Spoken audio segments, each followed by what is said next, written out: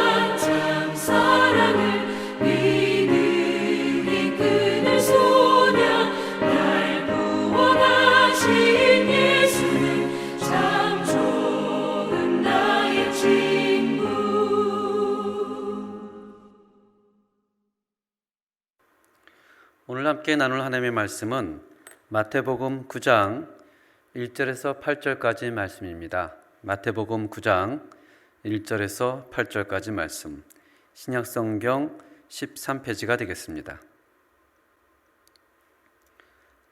다 찾으셨으면 함께 봉독하겠습니다.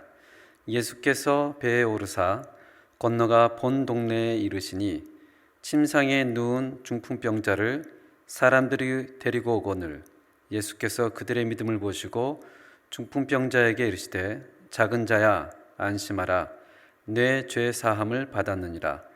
어떤 서기관들이 속으로 이르되 이 사람이 신성을 모독하도다. 예수께서 그 생각을 하시고 이르시되 너희가 어찌하여 마음이 악한 생각을 하느냐. 내 죄 사함을 받았느니라 하는 말과 일어나 걸어가라 하는 말 중에 어느 것이 쉽겠느냐.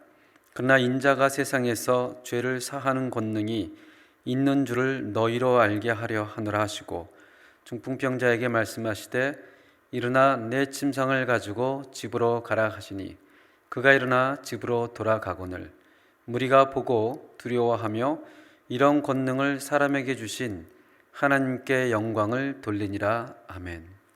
우리 잠시 기도하고 하나님의 말씀을 나누겠습니다. 하나님 아버지, 언제나 우리와 함께 하시고 또 주께서 성경의 말씀을 통해서 말씀하심에 우리가 오늘도 하나님 앞에 귀를 기울이고 또 주의 은혜를 구할 수 있도록 주님 인도하여 주시옵소서. 예수님의 이름으로 기도합니다. 아멘. 오늘 본문은 예수님의 새로운 측면을 보여줍니다. 마태복음 9장 2절 하반절에 보면 내 죄 사함을 받느니라. 예수님이 지금 공생애를 시작하시면서 처음으로 내 죄 사함을 받느니라 라고 언급을 하고 있습니다. 산상수훈을 통해 왕의 백성의 삶, 그 백성의 가치관, 그 백성의 철학에 대해 가르쳤던 주님은 곧이어 자신이 왜 왕이신지 자신의 능력을 하나씩 보여주심으로 사람들에게 자기가 왕임을 시위하고 있습니다. 첫 번째로는 마태복음 8장 1절에 17절에 보면 나병 환자, 백부장의 하인 베드로의 장모를 치유하시면서 나는 병을 치유하는 왕이다 라는 것을 보여줍니다. 두 번째로는 마태복음 8장 23절 27절에서 바람과 바다를 꾸짖어 잠잠케 하는, 즉 자연을 순종케 하는 왕이다 라는 사실을 보여줍니다. 세 번째로는 하나님의 아들이여 우리가 당신과 무슨 상관이 있나이까 라며 무덤가에 있었던 귀신 들린 자에게서 귀신을 내어 쫓으며 마태복음 8장 28절 34절에 사단을 정복하는 왕임을 보여주십니다. 오늘은 그 네 번째, 죄를 사하시는 왕임을 보여줍니다.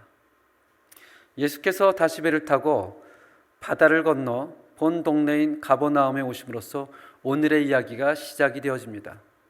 예수님이 앞선 가버나움 방문 때 수많은 사람들이 치유하셨음을 기억한 사람들은 예수님이 오시자 침상에 누운 중풍병자를 예수 앞으로 데려옵니다.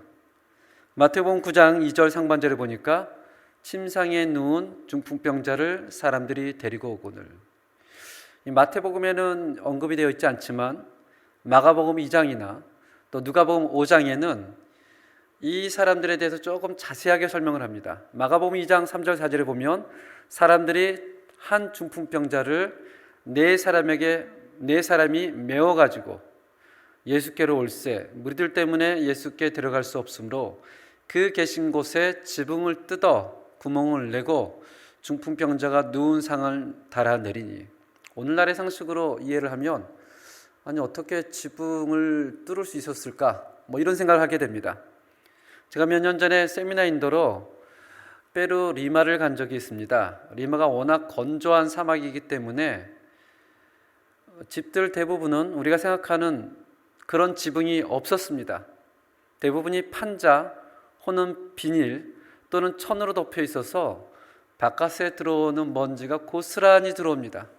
그런 집들을 향해서 그곳에서는 지붕이 없는 집이라고 부릅니다. 비슷한 기후, 사막 지역의 이스라엘 집은 이와는 좀 다른 형태지만 비슷합니다. 우리가 오늘날 아는 그런 지붕이 아니라 집 벽 위에 대들보를 눕혀놓고 나무 몇 개를 올려놓고 그 위에다 갈대나 가시나무를 올려놓은 다음에 평평하게 하고 진흙을 발라서 틈을 메꿉니다.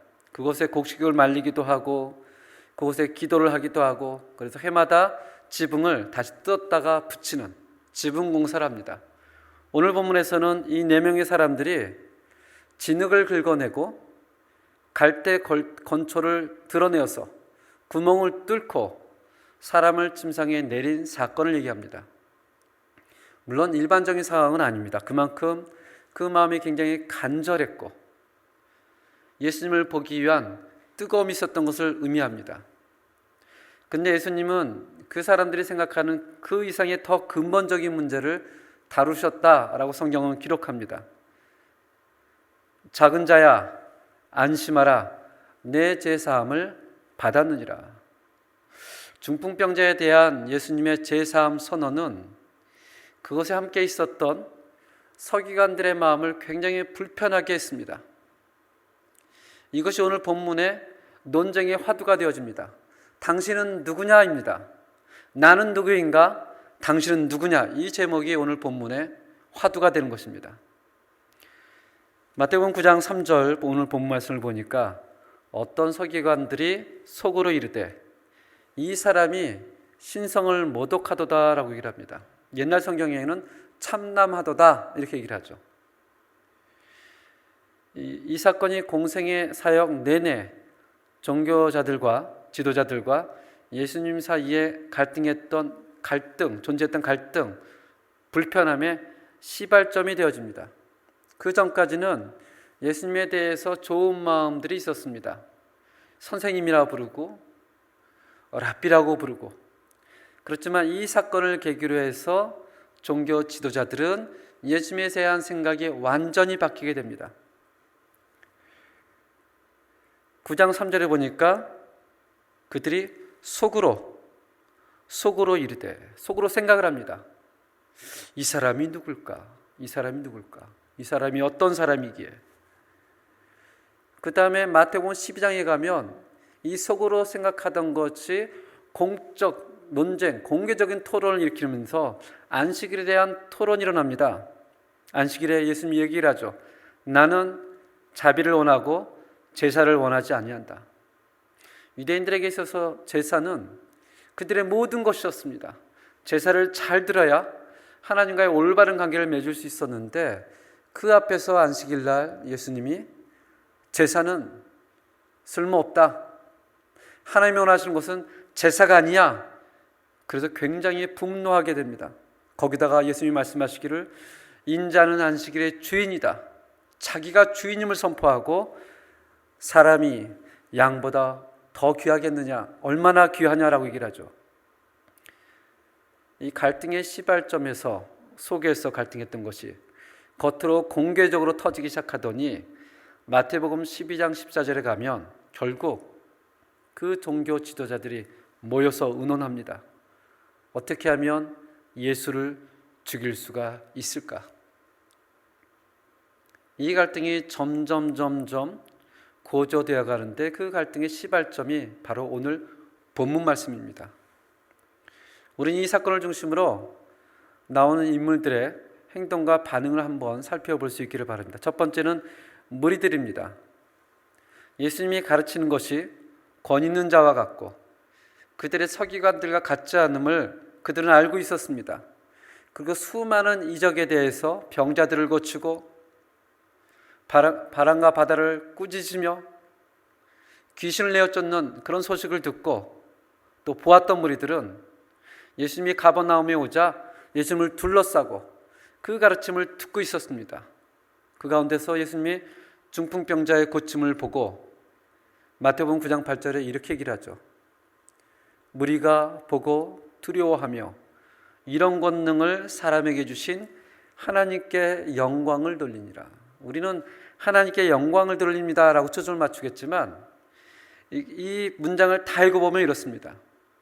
하나님께 영광을 드렸지만 예수님을 향한 그들의 인식은 하나님으로부터 권능을 부여받은 사람이었습니다. 예수가 메시아이기 때문에, 예수가 왕이기 때문에, 그가 하나님의 아들이기 때문에 하나님께 영광을 드린 것이 아니고 그들은 하나님께서 이 사람에게 권능을 보여주셨구나, 이는 능력이 많은 사람이다 라고 인지를 한 것입니다. 두 번째로는 중풍병자를 데리고 온 네 사람들입니다. 많은 사람들이 예수님의 말씀을 듣기 위하여 에워싸고 있었는데 아무도 그 앞에 나갈 수 없었지만 이들은 지붕을 드러내기까지 하면서 중풍병자를 예수님께 데리고 옵니다. 사실은 엄밀히 따지면 자기들의 직접적인 문제도 아닙니다.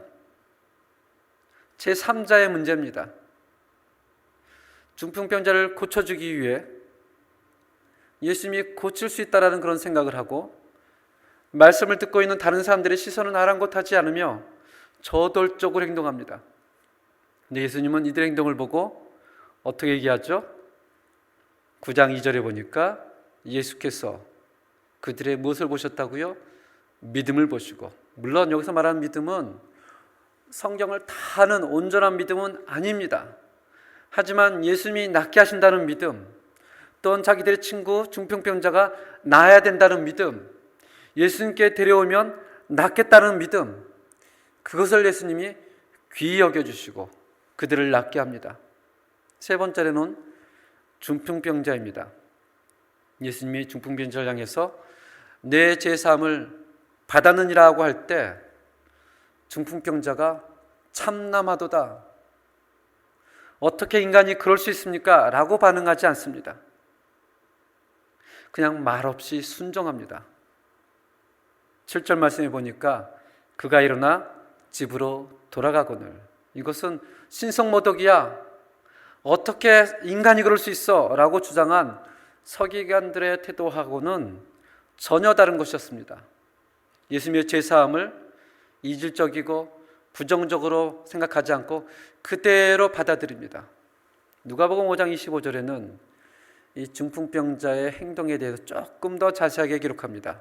보니까 그 사람이 그들 앞에서 곧 일어나 그 누웠던 것을 가지고 하나님께 영광을 돌리며 자기 집으로 돌아가니, 하나님께 영광을 돌렸다 그래요. 그 마음속에 참남하도다, 그 마음속에 이럴 수 없다라고 얘기하지 않고 하나님께 영광을 돌렸다. 마지막으로 서기관들을 보겠습니다. 예수님께서 중풍병자를 향해서 내 제사함을 받았느니라 하는 선언은 그들에게 있어서는 굉장히 불편했습니다. 이것은 하나님을 모독하는 역이었습니다. 3절에 보니까 속으로 이르되 이 사람이 신성을 모독하도다. 마태복음 8장 19절에 보면 한 서기관이 나와서 예수님을 향해서 이렇게 호칭합니다. 선생님이여, 선생님이여. 존경을 담아 예수님을 호칭하죠. 이 사건 전까지는 그 당시 종교 모든 지도자들도 예수님을 향해서 그렇게 호칭했습니다. 선생님이여, 선생님이여. 그런데 지금 3절에 보니까 어떤 서기관들이 속으로 이르되 예수님을 향해서 뭐라고 호칭해요? 이 사람이 선생님에서 이 사람으로 바뀝니다. 이 사람이 자신들의 마음속에 있는 분노와 적개심을 그대로 표출합니다. 왜 그들은 그렇게 분노했을까? 왜 그렇게 예수님을 적대시했을까? 물론 표면적인 이유는 이것은 신성모독이다라는 것입니다. 마가복음 2장 7절에 보면 오직 하나님 한 분 외에는 누가 능히 죄를 사하겠느냐라는 표면적인 이유입니다. 하나님 때문에 적개심했다, 이렇게 이해할 수 있습니다. 우리는 초대교회를 지나 종교개혁의 유산 속에 살고 있기 때문에 예수님의 이 선언, 죄 사함을 하는 선언이 이상하지가 않습니다. 교회를 10년 다니고 20년 다니고 예수님이 당연히 죄를 사하지. 그는 그리스도니까, 그는 성자 하나님이니까, 그는 왕이시니까.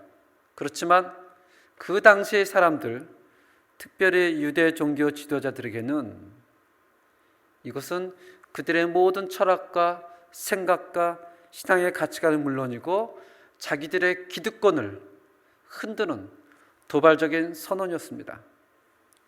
어떻게 성전을 통하지 않고, 어떻게 제사를 드리지도 않고, 어떻게 피를 흘리지도 않고 회개와 믿음만으로 죄사함을 가능할 수 있을까?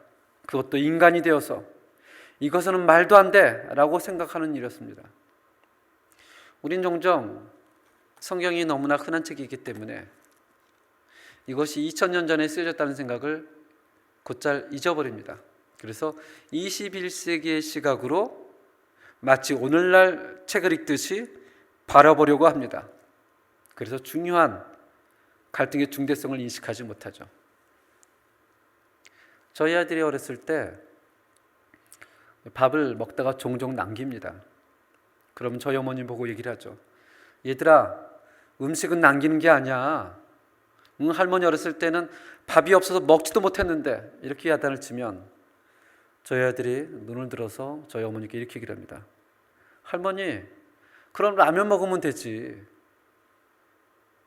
21세기를 살아가는 아이들은 할머니가 밥이 없어서 음식을 먹지 못했다는 그 옛날 세상이 이해가 되지 않는 것입니다.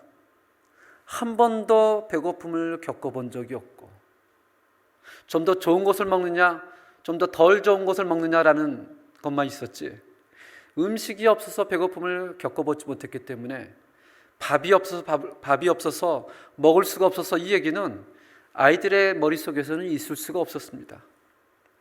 이와 마찬가지로 그 당시에서는 성전이 없이도, 제사가 없이도 어떻게 믿음으로 죄사함을 받는다는 것은, 이것은 있을 수 없는 사건이었습니다.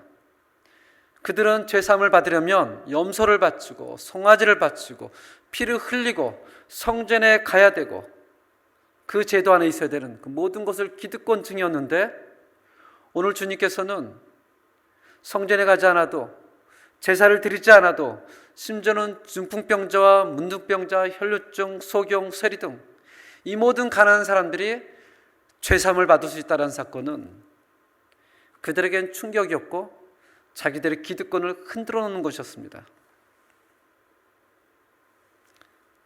예수님은 그들에게 암적인 존재였습니다. 겉으로는 하나님 때문에 라고 분노하지만 속으로는 자기들의 기득권이었습니다. 그래서 그들이 공개적인 논쟁을 하기 시작하고 예수님을 죽이기로 모의하며 결국에 우리가 다 알다시피 십자가에 못 박아 죽게 합니다. 예수를 왕으로, 예수를 메시아로, 예수를 그리스도로 도저히 인정할 수가 없다는 것입니다.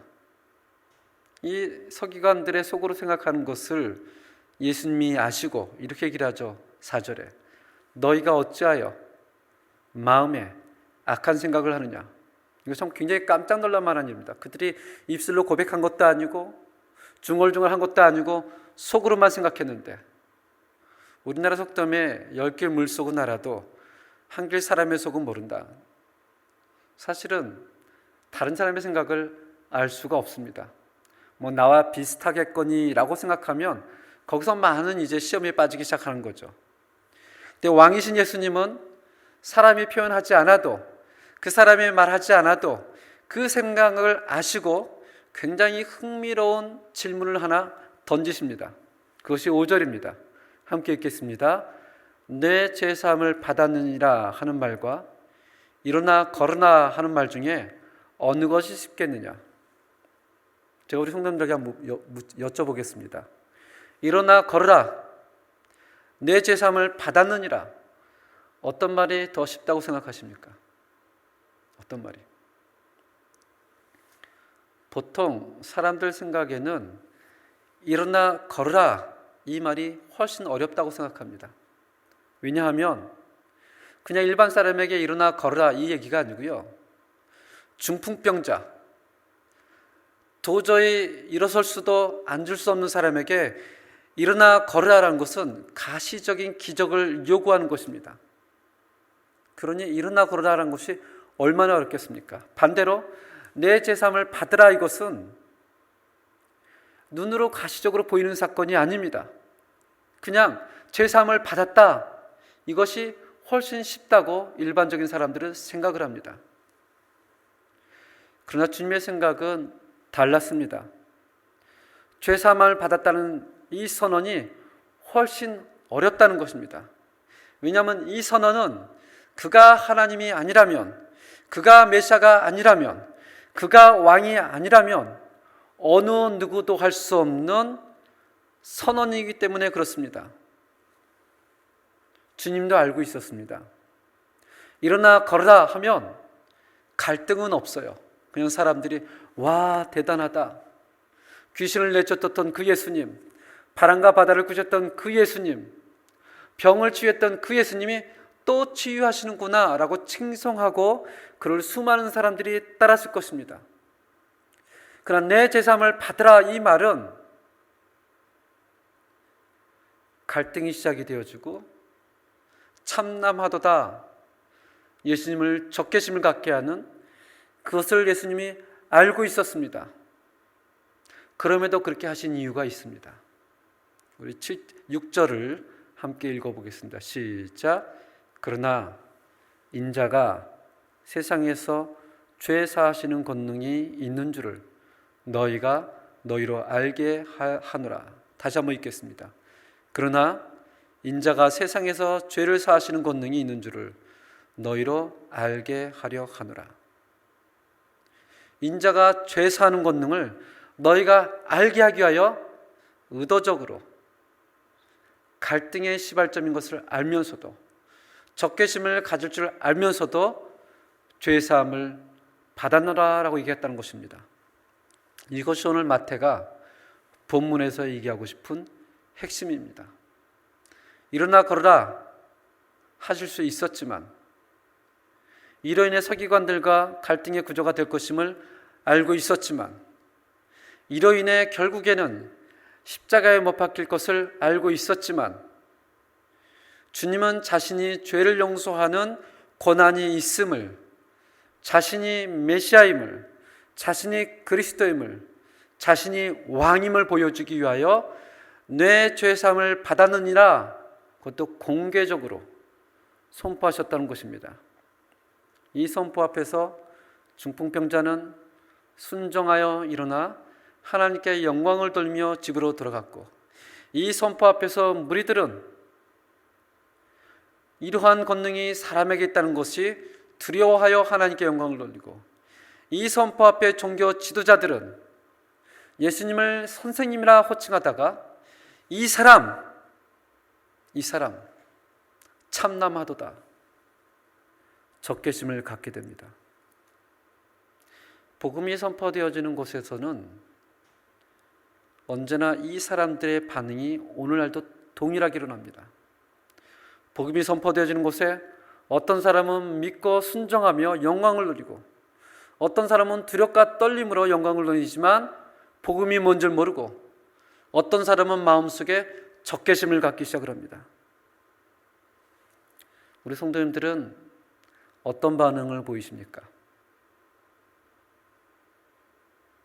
예수님이 그리스도다, 예수님이 왕이다, 그가 창조주다, 그가 구원주 하나님이다라는 그 복음 앞에 여러분들은 어떠한 반응을 보이십니까? 11월 셋째 주에 이제 9명의 세례 대상자들이 있습니다. 사랑하는 우리 김 목사님과 백 목사님과 저가 주일마다 이제 교육을 합니다. 그 중에는 부모님이 보내서 온 친구들도 있고, 그 중에는 세례가 뭔지 모르지만 받는 것이구나 라고 생각해서 오는 친구들도 있고, 그 중에는 그냥 온 친구들도 있습니다. 어떠한 마음으로 왔든지 우리가 5주 또 6주 복음에 대해서 아이들에게 교육을 할 때 이 아이들이 중풍병자와 그 친구들처럼 반응할 수 있기를 바랍니다. 하나님께 영광을 돌리고 예수가 그리스도다, 예수가 왕이시다, 예수가 우리의 죄사함을 주시는 분이시다, 이런 기도를 아이들과 저희 목사님들만 하는 것이 아니라 우리 성도님들께서 함께 기쁨으로 해 주시길 바랍니다. 이 시간에는 9명의 세례자들과 또 이번 주에 있을 재직회를 위해서 그 모든 모임과 그 모든 예식을 통해서 예수가 왕이심이 선포되어지는 그런 귀한 모임과 예식이 될 수 있게 해달라고 함께 한 목소리로 다 같이 기도하겠습니다.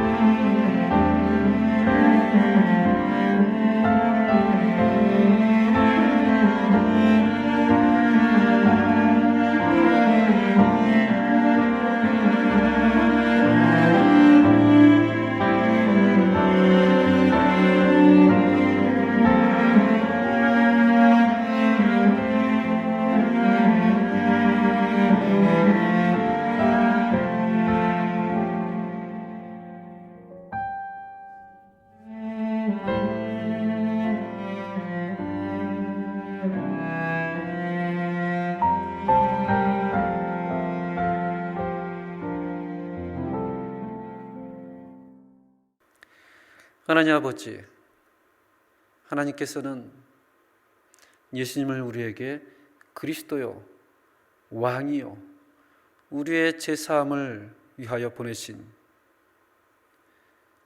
그리스도임을 선포하십니다. 이 선포가 되었을 때 어떤 사람은 순종하고 영광을 돌리고, 어떤 사람은 두렵고 떨림으로 이해를 못하면서도 영광을 돌리고, 어떤 사람은 적개심을 가지고, 또 어떤 사람은 무관심으로 있을 수가 있습니다.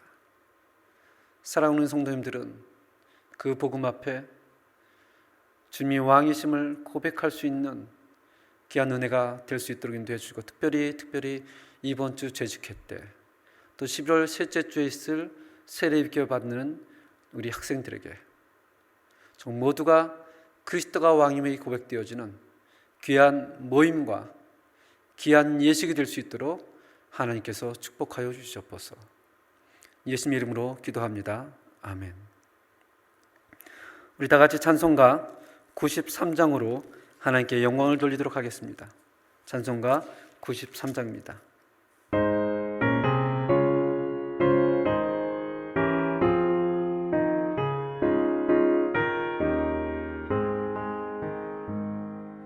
예수는 나의 힘이요 내 생명 되시니 구주 예수 떠나 살면 죄 중에 빠지니 눈물이 앞을 가리고 내 맘에 근심 쌓일 때 위로하고 힘 주시리 주 예수. 예수는 나의 힘이요 내 친구 되시니 그 은혜를 간구하면 풍성히 받으리. 햇빛과 비를 주시니 추수할 곡식 많도다. 귀한 열매 주시느니 주 예수.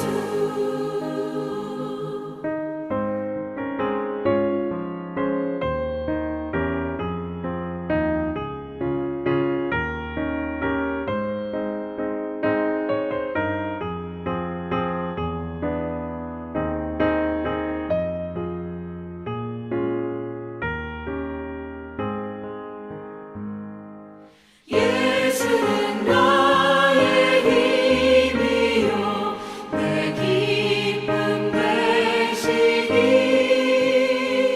그 명령을 준행하여 늘 충성하겠네. 주야로 보호하시며 바른 길 가게 하시니 의지하고 따라가리 주 예수. 예수는 나의 힘이요 내 소망 되시니 이 세상을 떠나갈 때 곧 영생 얻으리. 한없는 복을 주시고 영원한 기쁨 주시니 나의 생명 나의 기쁨 주 예수.